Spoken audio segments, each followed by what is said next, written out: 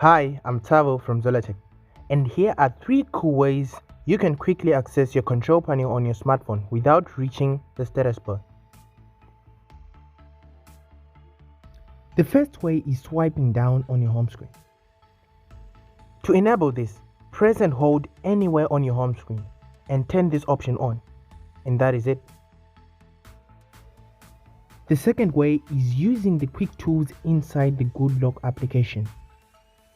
First, you need to download the Goodlock application and then install one-handed mode module inside of the app. Then turn the swipe left gesture and select the quick panel, then set it up by bringing the control and notification panel up. The third way, by swiping right here. Then swipe down the notification panel, and let me know if there are some cool ways you do this on your device. A sub will be great because it will help my channel grow. By the way, I have some previous video worth checking out. See you on the next one. Peace.